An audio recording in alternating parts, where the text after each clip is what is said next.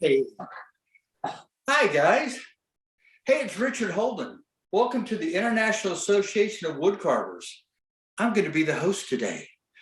Stop by and see what we discuss. I'll see you shortly. All right, everybody. Good afternoon and welcome to the International Association of Woodcarvers. Today is February the 4th on Saturday, a little bit after 3 p.m. Eastern Standard Time. I just want to say welcome to everyone who's joined us today.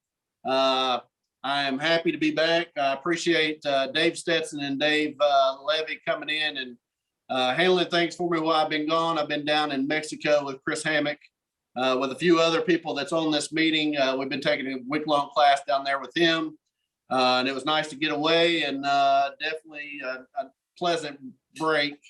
So I just want to thank you all for giving me some time to take off away from the meetings, and happy to get back now.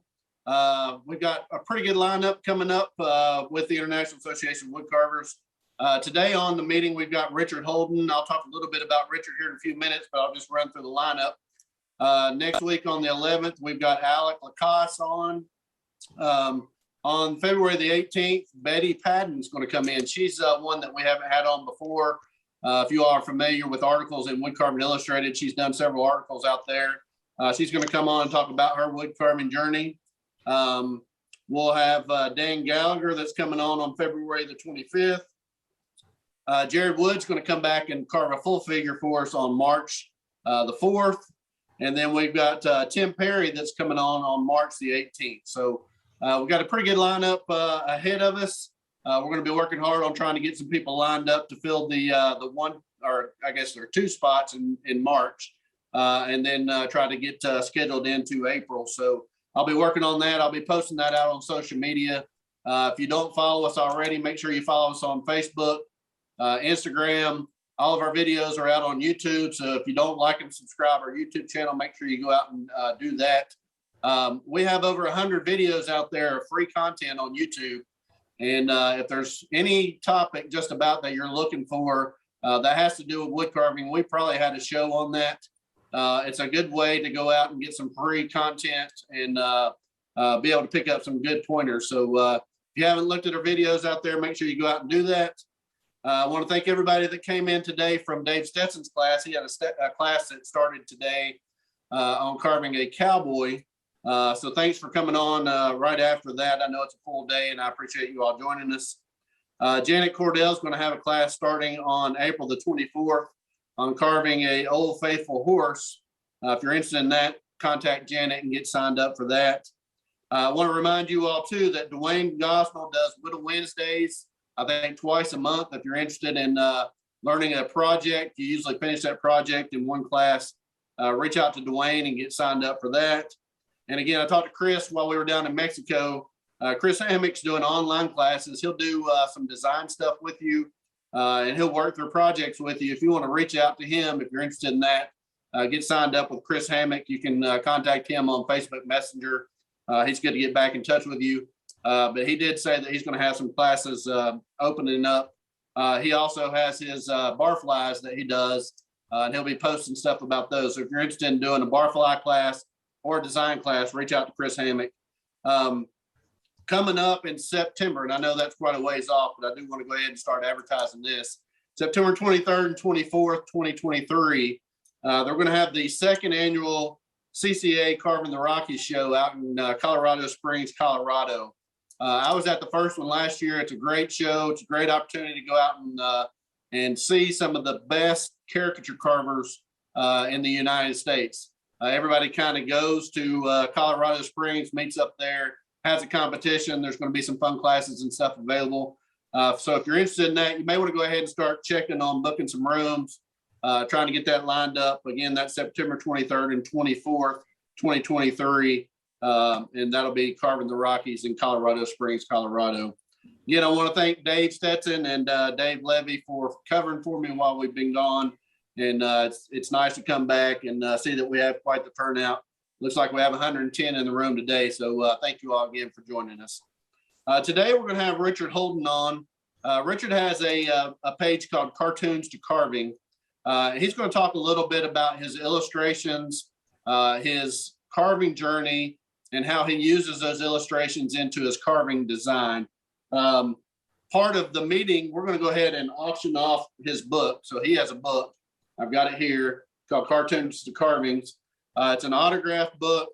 He's also put an illustration page on the inside of that. If you're familiar with his page, you've seen him post some of those in the past. He did say before the meeting started, he's also going to send out to the winning bidder of this a study stick, and he'll talk a little bit about that study stick too. So if you want to bid on these, again, the proceeds go to the International Association of Woodcarvers. We have to pay for the Zoom subscription to be able to continue to have these meetings. So you can put your bids in the chat. Highest bidder will win at the end. We take payment by PayPal. And again, that money goes right back into allowing us to have these meetings. So again, it's the book, it's the illustration page, and Richard's going to kick in a study stick. So having said all that, I'm going to go ahead and turn it over to Richard. We're excited to have Richard on. Richard and I have been friends for quite a while. Met him up down in Charlotte a few years ago. He has a lot of content that he shares on social media, and I look forward to hearing what he has to share with us today. Richard, I'll go ahead and turn it over to you. Hey guys, I'm just going to pretty much kind of give you guys a rundown of my cartooning history, which blended into my carving life. So go ahead and go to the table because this is just ugly. So go to the pretty stuff. There we go. Ooh, ah. So if you guys have been on my page, this is the recent stuff I've done. Now, I will tell you that I do not have any training in either carving or cartooning, except from what I learned from other carvers. And I really don't like that, that I'm a self-taught anything. When I first started cartooning, I was a young child, and I would go downstairs and grab out the paper, and I'd look for all the cartoons because I'm old enough. Back when I was actually cartooning originally, they didn't use all the digital stuff in the papers. They had artists that would draw in all the advertisements. So I would look through the paper, find the advertisement that I thought was the coolest or had the most unique look, and I would redraw that. If you guys have been on my page, I just started with these because this is actually what I've recently done. This one, by the way, the concept was from my son. My little sister saw all these splotches of me practicing blending watercolor paper. And for those of you that play around with cartooning, this is a great way to do it. Play with your watercolor, either paints or pencils, practice your blending the colors, and then draw something inside. But my little sister saw my little squares, and she said, you should write some little nice phrases in those. So my son said, well, you should write namaste instead of namaste. And I said, well, if I'm going to, instead of writing it, I'm just going to draw it. So that's the punchline behind that. And then I did some birds. So we're not going to spend a whole lot of time on these. You guys can text me and tell me how wonderful they are. No, I'm kidding. This one, I got to tell you, those of you that know me and follow me on my page, you guys know that I've got a quirky sense of humor. So this one, I had the landscape put in, I had the sky put in, I added the moon, and then I said, oh man, I've got to put a paper airplane. And my son said, what are you putting a paper airplane for? And I said, because now that picture is Fly Me to the Moon. So we've got joy, we've got faith, just so cool. All right, I was gonna start showing you guys this, because a lot of people ask, why do you carve so many faces? Well, it's from my cartooning life, because I'm known to take inanimate objects like bottles and, come on fingers, broken Christmas bulbs, a bottle. This is musk for men if you want your man to smell like a musk. And yeah, I do have quirky punchlines, but I have always just cartooned faces more than anything. I don't actually have the skills that a lot of the cartoonists do. So when I draw, let's go ahead and embarrass ourselves. When I draw, I start, if I'm going to draw a body, then I'm going to start with kind of a peanut shaped head. Hopefully you can't even see that. That's what I was afraid of. So I won't do much of this. And then I'll start putting in the nose. And I don't usually use the pressure like this, so excuse the bad. So that's how, most people want you to start with a circle. You do the line, This is where you bring the eyes in, the nose. I have no training in doing that. And I'm okay with that because I don't think it matters how you do things, just that you get it done in the end. A lot of the illustrations I do are on watercolor paper for those of you that like playing with watercolor paper. But in the beginning, I would just start making a line and then see what it would turn into. This is one of my probably oldest cartoons. This was done back in the mid 80s. The thing about this one was I was in a very bad place. I was unemployed. It was December. I didn't have any cash to buy any, gifts for the family because, so everybody says how cute this mouse is. Actually, he's pretty depressed. So, unfortunately, the concept is because I cartoon so much, and see, once again, I cartoon faces. I might add a little bit in, and you see this in my carvings that I do this a lot, where I'll carve a Santa head, a partial body, no arms. I mean, this guy has legs. That's amazing.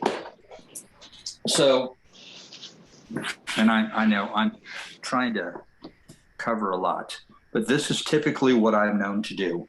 This started back when I worked at a company doing computer graphics. We went through about a week and a half to 2 weeks where the system kept crashing and they couldn't figure out why. So most people brought books to work. I'm not a big book reader. So I got some cardstock paper from the supply office and I started doodling. This cartoon came from a lady that was pitching a fit because somebody had drank coffee out of her teacup. And now her tea tasted like coffee. So this is the exacerbated cup, knowing that he no longer tastes the way he should. Typically when I cartoon or when I sketch or illustrate, because everybody, has their different phrases for it, I like to doodle on little pieces of scrap paper. These are probably 3-inch by maybe 5-inch. Ryan Olson kind of covered this topic in one of his classes, that it's not just carving time that gets you stronger at your efforts. It's anything you do artistically. So if you have the ability to draw, and some people debate, I can't draw, I can draw. You can draw at some level. And as Don Mertz would say, would-be carvers if they would carve wood. The same is true with cartooning. If you want to strengthen your skills as a cartoonist, you just have to sit down and make some lines, knowing that a lot of the times it's just not gonna come out good. And you're gonna throw those away. And then the more you do, the better you'll get. But the more of this you do, the better you're going to get at letting your mind decide the content. And that's going to translate over to your carvings. I do the same thing when I carve. When I carve a face, I start out setting up the face in pretty much the same way. I do a stop cut underneath the nose, and then I'll do a wedge cut where the bridge of the nose is going to be. I'll take my, I think it's a 1/4-inch number 9 gouge, and I'll scoop out on both sides of that wedge I cut out for the bridge to set up the eye sockets. From there, I'll cut along the side of the stop cut down below into here to set up the size of the nose. So I have the same procedure in everything I do. But as you see, if you set things up the same way, but then you modify what you've set up, you can come up with different faces. And bear with me, guys, because the bad thing is I don't design my carvings like I don't design my cartoons. I start making a line, and then and this guy originally I had drawn a face, and then I kind of started drawing some body in, and then I said, you know what? Let's go with this. So I ended up covering up the face completely and making a deep sea diver. I have no idea what we were watching on TV that caused that. I will tell you that a lot of times I'll see something on TV and that'll spark me thinking about something. So I cartooned for years. I know this is long-winded. Bear with me. I cartooned for years. And at one point I had a carver reach out to me, Wayne Schenlever, and he said, can you design a hobo Santa for me? Well, when he asked me if I could design a hobo Santa, I took some notes down. I took his number down. I put it in my roll top desk, which is where notes go to die. And then a year later, I was like, oh crap, look at this. Found the note, called him up and I said, hey, do you still need a hobo Santa? Do you want me to draw something out? He said, no, I got somebody to do one. Can you just do a hobo for me? So I designed this guy. Hey, Dave, can you switch to the other one real quick? There you go. So I designed this hobo for him, and this is actually carved by Wayne Schenlever. Now, when I was designing this, because a dear friend of mine, and I consider my mentor, Mark Akers, we had become friends by then. So I would send him pictures of the pieces and the illustrations I had designed, and just simply with the question, Mark, can you carve from this if this was a pattern? And he said, yeah, I could. So after a little bit of time, Mark encouraged me to put a book together. He said, you know, those are really coming out great. We can go back to the table now, Dave. So we, there you go. Thank you, sir. I hate seeing myself on camera. From designing the two pieces, because I also did a hobo Santa, stay on the table, this is fine. I designed this for him as well. So after that, Mark convinced me to put a book together, a pattern book, which is actually what's being auctioned off today. Hopefully the reflection's not too bad. There we go. This got put in the book because of Tony Harris. My buddy Tony Harris, when I first drew this out, he said, hey, Richard, would it bother you if I carved that? And this is what he ended up carving. And yeah, it's big, man. It's big.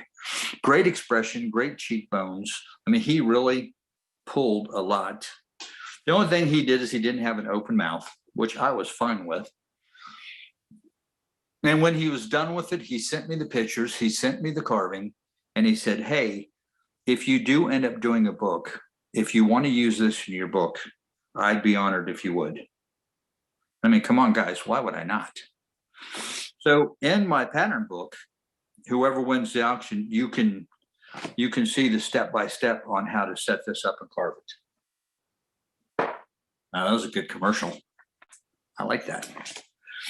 But these are the illustrations from my pattern book. And once again, there's gonna be a punchline to this, so bear with me. It took me about a month and a half to illustrate all these and to get these set up for the book. I painted them in watercolor. There's the adorable mouse.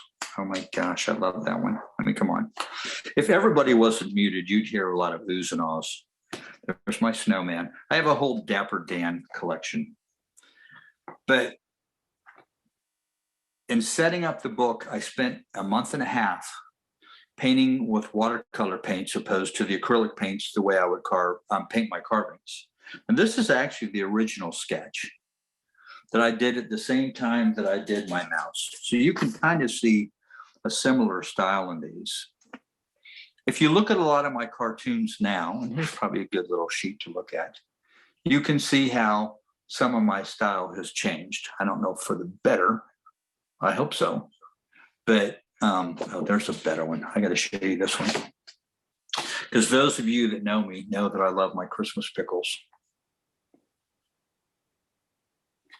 But in setting this book up, I spent a month and a half painting with watercolor paints opposed to acrylic paints. And you can see in these pages, in the upcoming pages, the little sketch on the side. This is the size that I sketched from. Then I would take it into Photoshop and enlarge it for the piece of paper that I was going to paint it on. But in doing so, I not only changed my painting style for my illustrations, but I changed my painting style for my carvings. So when I came back to do, and I don't have it here because it's long gone, but I've got a couple samples I can show you. When I came back to do my painting for the carvings, this is how I used to paint. Some of you CCA guys, if any are here, might recognize him because he actually won a ribbon. This is just a found piece of wood that I saw a face because I don't see dead people, but I see faces everywhere. The funny thing was this guy was never supposed to be in the competition. I was setting him up at the same time that I'm packaging my carvings. And, I said, oh, yeah, I got his face all painted. Or, oh, this guy needs a cigar. So I added a cigar. When I first found this piece of wood, it had this little knobby part. And I told my son, I said, that's a glove. So this guy's got a glove. And my son's like, yeah, okay, Dad. I got him all painted up. I painted his glove, got him a cigar. And I said, you know what? This guy, he's got to have a shillelagh. He looks Irish, which not sure if he really does, but I think at the time I might have been watching The Quiet Man, and everybody in The Quiet Man carried a shillelagh. So gave him a shillelagh, gave him a base. This is a separate piece of wood. I gave him a base because he wouldn't stand up on his own, and sent him off to the CCA. But you can see the heavy paints and the heavy facial features that I painted on. This is the way I paint it now. So the paints aren't as heavy. You can actually see the grain in the wood. Let's see if I got a better example. That one's almost a little heavy. But spending a month and a half doing these paintings changed my complete process for how I paint a carving. The reason I point that out is because no, I don't design a lot of my carvings. I freehand carve a block of wood. You sit down. Oh, and just, I should probably wait on this, but I got to do this now. Just for those of you that don't believe Richard knows how to carve a body, I have carved a body or two. This one a friend gave me, the cutout was a little off. So I said, you know what? This will be a great carving to see if I can carve a Santa cap in the little bit of wood that's there. And I got him all carved in. I really liked his face. And I looked at my wife and I was like, crap. And she goes, what? And I said, now I got to carve the body. So I carved him in, got him all painted up. You can see the grain in the wood, in the pants and the jacket and the gloves. So this is probably a great example of how I've changed my paint style. But my son saw that and he said, okay, well, that's got to stay in the house. So he did. This is one that I carved with Mark Akers when I went to visit him for 3 days. And the first day I got to Mark's house, we were talking about Ryan Olson's demonstration on Helvey. It's a great demonstration. But when we were talking about it, I told him my issues with that. I don't, this slanted back head seems to take away a little bit of extra wood for me. It kind of takes me out of my comfort zone. And so we kind of made some modifications just in our conversation that night. So the next day he said, why don't we carve one? And honestly, that's one of my better faces, really. I mean, he's just kind of fun. I think I'm allowed to say that on camera, that I have a favorite. So my point with these pictures is, for one, have a small piece of paper. If you're comfortable drawing small, if you need a full-size sheet of paper, doodle on a full-size sheet. But there's absolutely nobody that can't draw a circle. Here, let's do this. Let me get a pen. If I have a pen. No, I do not. Really, I don't have a pen. Nope, I don't have a pen. All right, I'm going to try to see if I can do this in heavy enough lead that you can see what I'm doing. So a lot of times I show people when you're cartooning, draw a circle, okay? Everybody can draw a circle. Normally what I do is I draw a half circle. So I'll go over like this. I'll do a small little hook, and then I'll bring it down.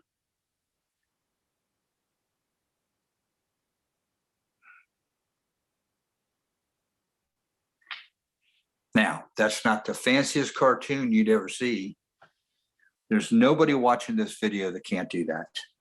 And if you need to draw the full circle to do it, then draw a dot, make a line, make a line. You can do the hooks, you can leave the hooks, and then put a pupil in. Everybody can draw. Now, what level you can draw, it just depends on how much time you invested. I don't know if you guys were in the class that Dave had where he showed how he would design his Santa ornaments. And it was funny because a couple carvers were like, I like it better when he carves. And I was like, really? Because right now I'm kind of in heaven. I'm getting a kick out of this. My point is, for one, anybody can sketch if you put the time in. And if you put the time in, then you can end up coming up with some decent designs. It doesn't have to be this fancy. I mean, but you can design some of your own carvings if you care to, and if you want to put the time in to do so. But this is the original sketch. This is the painted sketch. This so drastically changed my my paint technique for my carvings because it's so watered down. And I wanted my, and here's a good example of, so if I seem a little nervous, I'm nervous for a reason. I really don't have great stories to share with you about how I design stuff for my cartooning, because I don't. I mean, I did design the ones for my book. And there's one more that you got to see because it's just so friggin' adorable. There you go, my mouse. But you can learn to draw, and even if you only work in the watercolor color books, the way you paint on paper can end up translating over to how you paint on your carving, because it has mine. I paint in an extremely watered down. And you also notice I don't like a lot of noise in the background. And that has nothing to do with carving. I'm just pointing that out because I can.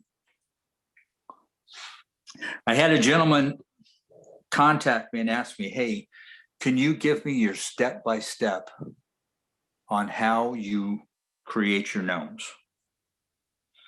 And my answer was no, I can't, because I don't have a step-by-step. And that's okay, guys. You know what? Let me share something with you real quick. I probably should have done this in the beginning, but I promised I would show some cartoons. So I really don't have a step-by-step on how I create these. What I'm going to try to do, and if I get it done, I'll post it on my page. What I'm going to try to do is I'm going to try to walk it backwards. So I'll take one of these two gnomes. I'll probably put it on my light table. I'll get a couple of my illustration books out and I'll try to break down the shapes that they break down to do an illustration and see if I can walk it backwards to show you guys how you could design a gnome. But I actually don't, I don't do anything. Most of the people that have seen me on my page, they know that I refer to myself as a lazy carver, because I am. And I actually did a couple cartoons. They were in the black and white little illustrations I showed you before with the moon in it. Because I cartooned this, I cartooned the moon, and I was like, oh my gosh, that's the funnest moon ever. So, but I once was told by a carver, do you know everybody thinks you carve the level you carve and you have all your life? Well, the answer is no. I'm not always carved this way. I used to carve this way. This is a piece of pine that I found in the backyard. Although I know it's got a body, and they all have bodies, so that's kind of quirky. These two are balsa. It's not basswood, because I didn't know about basswood at the time. So, I mean, you can see the difference in the paint in these just from when I used to paint and how I paint now. Gosh, those are just beautiful, aren't they? So here's what happens for me when I'm, I guess when I'm designing a carving. The first one I did is when I did a spoon, I set the face up, I set the bowl up, and I had curved this back because I was trying to do the standard shape of a spoon. And as I looked at this guy, I said, you know what? He's a gnome. I can make him a gnome. Painted his hat red, gave him the green and the brown. And now he's a gnome spoon. So now I start thinking, okay, if I'm going to do a spoon, what kind of spoon would I design? So, I mean, you know, I designed a few. And guys, when I say I designed, it means while I'm carving and setting up the face, I'm thinking about what I'm going to do with the rest of it. So this guy, I made kind of an old world style Santa spoon. This guy, I decided I was going to carve a 49er, you know, the old gold miner 49er. So I gave him the old, you know, cap, like, and paint your wagon. So this was kind of Lee Marvin, for lack of a better. So I made the bowl of the spoon look like a spade. I typically do that on the fly because for me, that's the most entertaining thing. When I have a blank sheet of paper and I just make a line and I make a line, and then next thing you know, I've got a Christmas bulb, or this is what I love the most, honestly, is when I just create something that goofy. But I love when I have a blank sheet of paper and then at the end of it, now I've got this guy and I've got this guy. And yeah, this should answer the question for all of you. Yes, you're hanging your candy canes upside down. So the only time I ever actually kind of designed, I thought of the design beforehand, was when I said, you know what, I'm gonna carve a pumpkin spoon because I haven't carved any pumpkins in a while. And you guys that know me know I love carving pumpkins.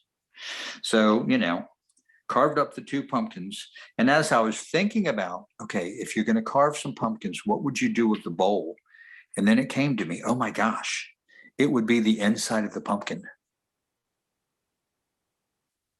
So this is where a lot of times where the cartoonist translates over.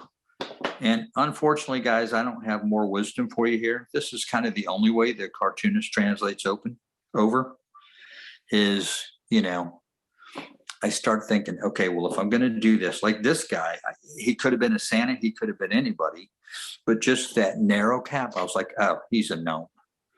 Well, if he's going to be a gnome, most gnomes wear green, green vest and brown pants. So it just put itself together. So even though I don't design my pieces on paper before I carve them, I do still pull from my carving experience to come up with how I would lay out the carving once I've carved it in. So cartooning is always part of what I do. It just doesn't translate the way, unfortunately, people would hope it would. Because I've had people say, yeah, I'd love to have you show me how you designed that. I'm like, you know what? I actually didn't. I absolutely didn't. I love the wood. And, I got to say this because it just makes me laugh. This is typically what I do. I set up the face, these are from the recent class I did for a guy. And I set up the face. This guy, I could still make that a mustache. I could make it a lip, with no hair. And I told him, I said, I set up every face the same. And he goes, I'm not sure I understand that. So I carved another one. And when I carved the other one, I said, okay, you know what? Just his facial structure, just, his eyes. I think he's going to be a pirate. I think he'd be a perfect pirate. So then I set the hat up. Now I've got the hat set up. Now I have to make him a pirate because there's nowhere else I can go. And I got to tell you, this is usually probably a bunch of the teachers on here will tell you, this is usually not advisable, but I actually did a different eye than I've ever done before in a class setting. Really, really kind of stupid. It's not a good thing to do because, but then again, the worst thing that would happen was it wouldn't work out, but you tried. So I think we're doing pretty good in time. Blake, do you want to open it up for questions? Yeah, we'll go ahead and open it up for questions. I do have a question, and I think we kind of talked about it the other night when we met and talked a little bit about this meeting. You draw most of your stuff like 3/4. It's not straight on and it's not directly to the side. When you do a carving, like one of the full figure ones, do you go ahead and draw the front profile and the side profile? Or do you use actually block and go with it? Let's go back to the big book of pretty cartoons. We still have people here. Did everybody leave? Yeah, you're good. I used to cartoon in 3/4. Used to be my favorite way to cartoon. And originally I would draw, oh, are we going this one? Okay, we can go there. Usually what I would do is originally I would draw the profile cartoon every time. And then a cousin of my wife's, he did children's illustrations. So he submitted some of my cartoons to his publisher, and his publisher said, you need to have more action in your cartoons, and you need to do like a 3/4 view, not just the profile. So then I spent a number of years teaching myself how to do 3/4. And then Wayne Schinlever asked me to design a couple carvings for him, and Mark says you need to do a book. And now to do a book, I've got to go back to side view. And now, honestly, I just do side view most of the time, and what works, works. I didn't show you this one, by the way. I'll tell you, there are times if you cartoon and carve that you're going to be put under the bus by your family. Not under the bus, but the pressure is going to be on. Because when I cartooned this one, right away, my wife said, you need to carve that. My little sister, to this day, And Blake knows it's a sad tale of woe, but I actually have a children's story in my head that I haven't gotten on paper yet. But my little sister to this day says, you need to carve that. Sometimes your cartoons won't match up and you're going to have to make modifications. Because guys, if I carve that, look how skinny those legs are. It would be very unstable. So, when you're drawing stuff out, you got to think about, am I designing for a carving? Because if I am, I've got to think about the different things like those skinny legs of that mouse. The only reason he's in the book, by the way, is because he was drawn from way back when. This is a very special mouse to me. I had taken a piece of furniture. I'll tell you, I come from a bad childhood. I don't hide that from people because I think, I've survived it, and I believe there's a reason the rear view mirror is so small and the windshield so big, because we're not supposed to look back. We're supposed to look forward and where we're going. So, I'm not supposed to look back at my crappy life. I'm supposed to look at my wonderful life that I have now. I'm living up here in West Virginia, where we're extremely close with my wife's family, and we have a great relationship. My wife is extremely happy because she's now, for the first time in 20 some years, getting time with her family. And, I want my wife to be happy. So I'm extremely blessed. I mean, you see me sitting in the dungeon in the middle of, nowhere, in some place hidden away in West Virginia. But I actually have a shop. I have this beautiful shop for me to do my work in. I mean, I've got my sharpener. Let's do this real quick.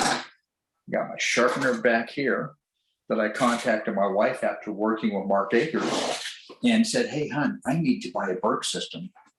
And she said, okay, do it. I've got my Nebraska stuff out. So I've got, I know I've just jacked this up. Sorry, guys.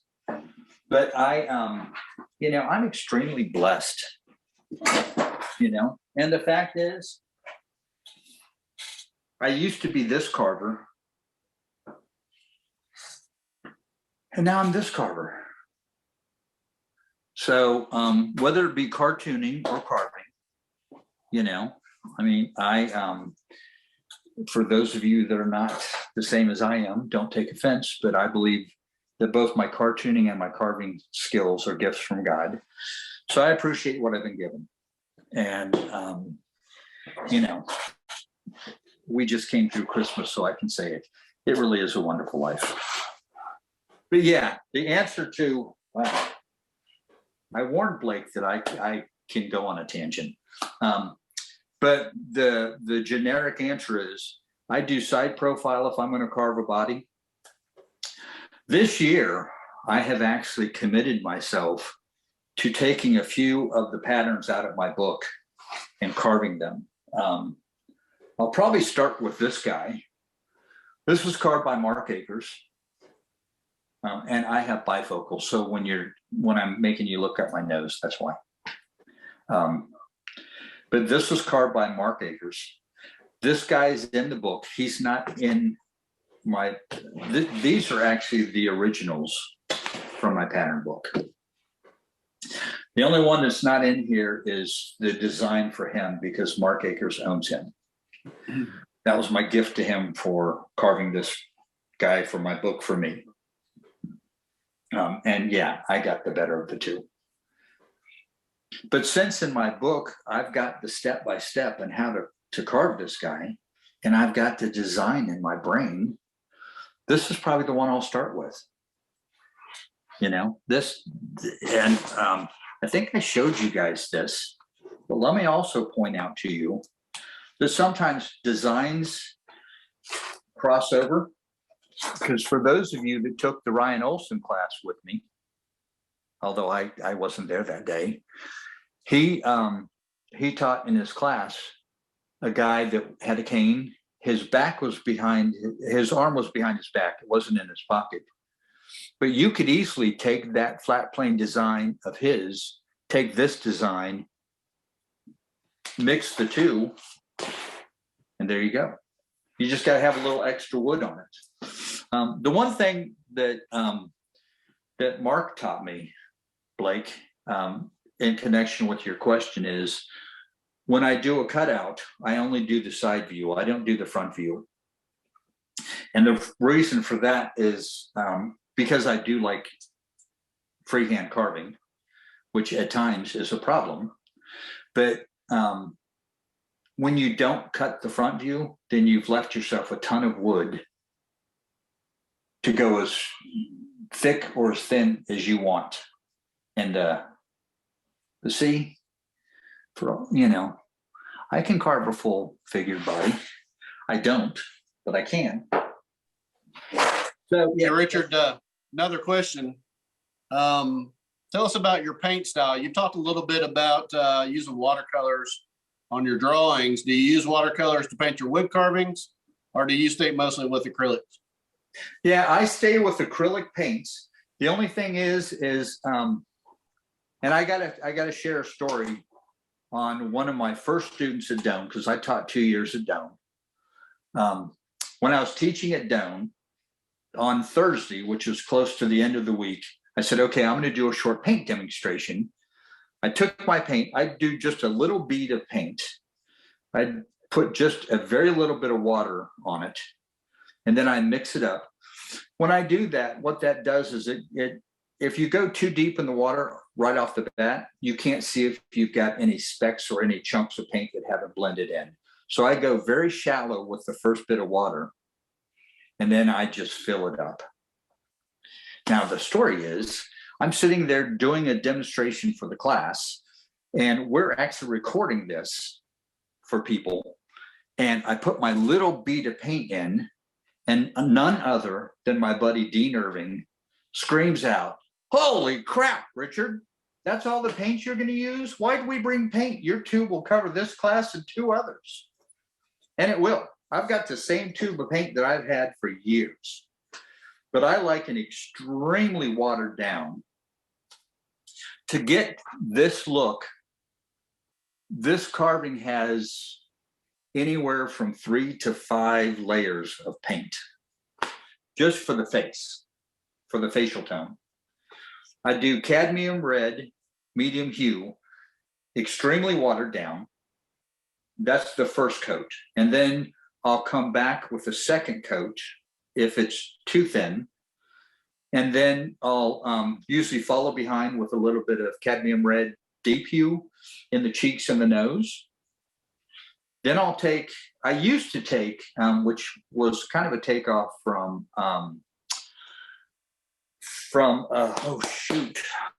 the Cowboy Carver. Oh man. Out West Carvings. Gerald Sears? No. Although he's good. I've never seen his. No. Len Dowdy. Len Dowdy. Well, I saw a video that he did one time, and when he was doing the bags under the eyes, he mixed a little blue in. So originally, and I think this is how I did it on the video on Helvy's page, I took a mixture of black, white, and blue and watered it down. Now what I do is I take cadmium red, deep hue, a little bit of black. I mix that in, water it down, and I put that under the eyes and sometimes up top. And there's some people that hate that I say this, but I am not anatomically correct. So you'll see, and partially it's because of the size I carve, but you'll notice I rarely carve in the hairlines for the eyebrows. I might do like I did in this gentleman and build up a little bit of a mound, and then I'll put some paint on, and that's it. That's all I do. But yeah, I do an extremely watered down paint with my paints. So they're acrylic paints, but it's like painting with watercolor because I love the watercolor look. I really do. Richard, another question in the chat, and maybe this is a good time to talk about it. Where can they find your book if they want to go out and buy it? And what other places can can you buy stuff that you've carved or your books? Or I know you have an Etsy shop, an Amazon page. So can you talk a little bit about that? Yeah, both my books are on Amazon. I've got two books out. I've got one that's just on my cartooning life, and one that's my pattern book that we have here for auction. And you can get both those on Amazon. Just put in Richard Houlden in the Amazon search. Make sure you spell my name with a U, because it's Houlden, and you can find my books. Greatest thing I was ever told about my books, because I was asking, hey, do I have to show a front view in the illustrations? Because I don't like drawing front view. In the cartooning world, that's really a no-no. If you're going to draw a front view, you do the 3/4. You don't do the straight on front view. And Don Mertz reached out to me. Just love the man. He's just so gracious, great ambassador for the carving community. And he reached out to me and he said, Richard, he said, you know what? He said, you do it the way you want to do it, because this is your project. It's your baby. You do it how you like. And he said, honestly, people aren't going to buy your book for carving patterns. And, this is in an email. And I stopped at that sentence for a second. I was like, ouch, Don, what the hell? But he said, people are going to buy your books for the illustrations alone. So yeah, it's on Amazon. Just do a search for Richard Houlden. All you get is a side view, but I'm telling you guys, if you learn to carve from just the side view, it gives you more meat for the facial features. Don't depend on the cutout to tell you what to carve. Make sure that you give yourself the freedom. And there are some great carvers out there that do rough outs, and they'll change the rough out every time. And, that's one of the great things I love about Ryan Olson as a teacher. He always encourages you, take the cutout I've given you, now modify it, make it your own. Don't just keep carving my design all the time, but change it up and, use some creativity. And Dave Stetson as well. He and Ryan both encourage people, hey, draw some. If you don't have time to carve, then get out a piece of paper and sketch.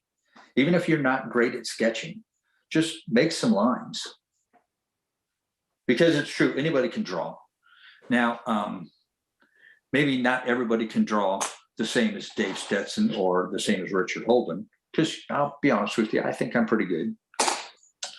But that doesn't mean you can't draw. Something happened to us when we were kids in kindergarten through elementary school and going into middle school that some of us convinced ourselves we could no longer draw. And your parents' refrigerator were covered with drawings at one time in your childhood. Everybody can draw. Richard, one other question in the chat. We want to know about online classes. Do you offer those? Do you have other classes that are available?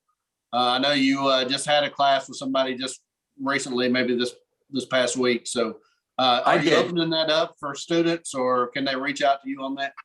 Yeah, you can reach out to me. What I do is I walk you through, wait a minute, I just dropped the sticker.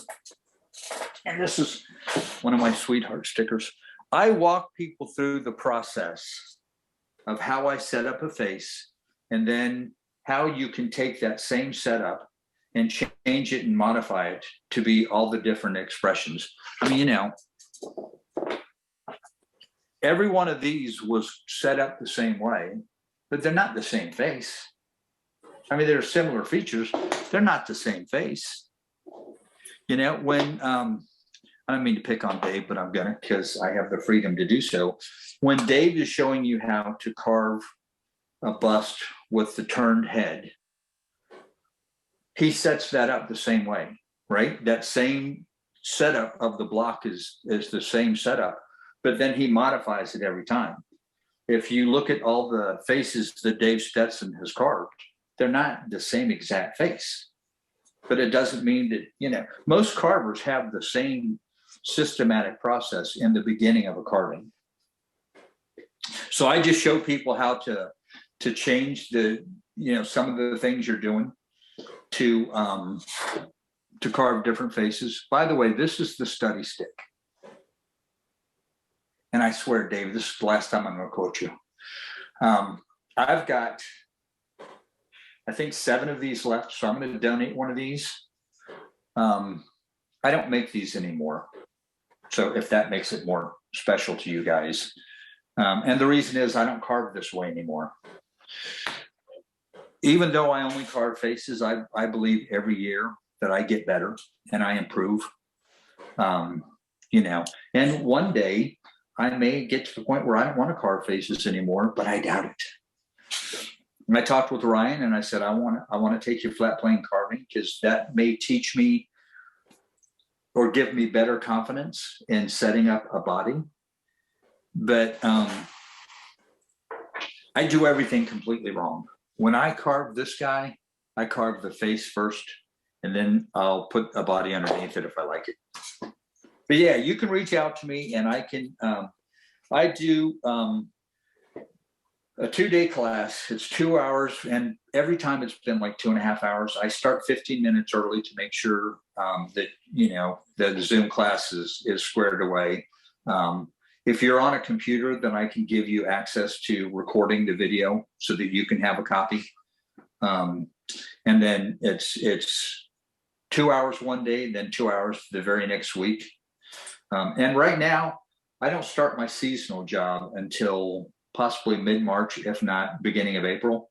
So I have plenty of time that I can do a class if anybody's interested. Nice. Yeah.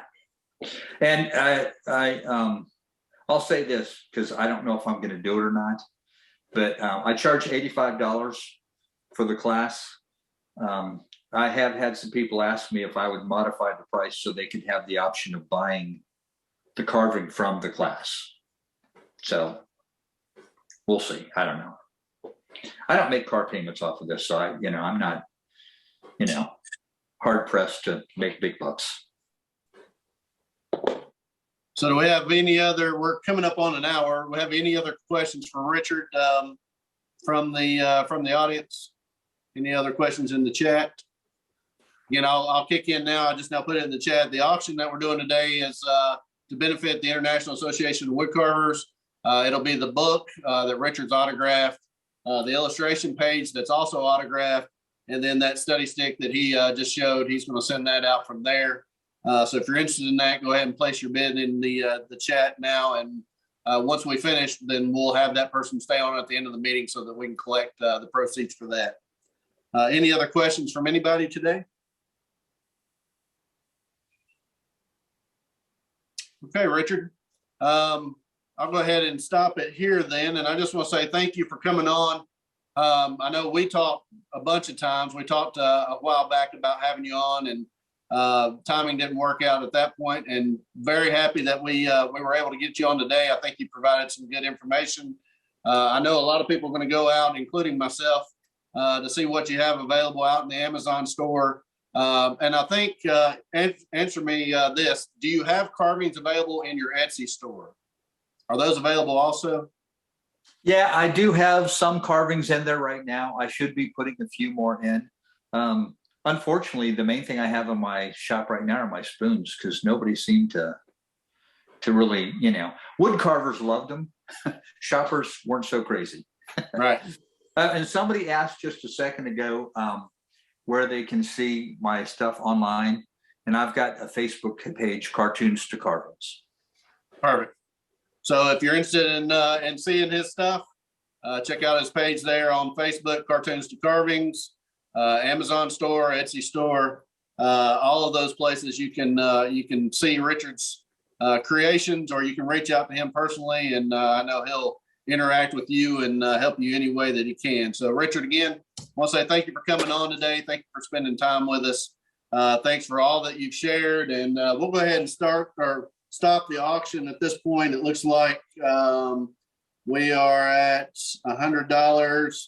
Paula, if you will stay on at the end of the meeting. Richard, what I'll do is I'll gather her information and send her address out to you so that you can send that study stick out to her. And I'll gather her information to get the payment on that. Again, thank you all for coming on today. We look forward to ongoing meetings. Again, next week, we'll have Alec Lacasse on. He's probably going to be doing a demonstration with us. He's been on with us a few times before. Again, Betty Patton, Dan Gallagher, Jared Wood, Tim Perry. We've got quite the lineup. So look forward to seeing you all every Saturday, 3 p.m. Eastern Standard Time with the International Association of Woodcarvers. We'll see you all next Saturday. Thank you all.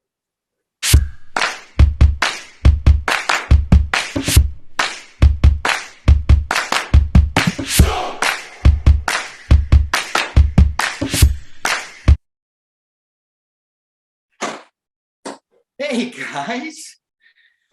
Hey, this is Richard Houlden. Welcome to the International Association of Woodcarvers. I'm going to be the host of today's show. I'll see you shortly.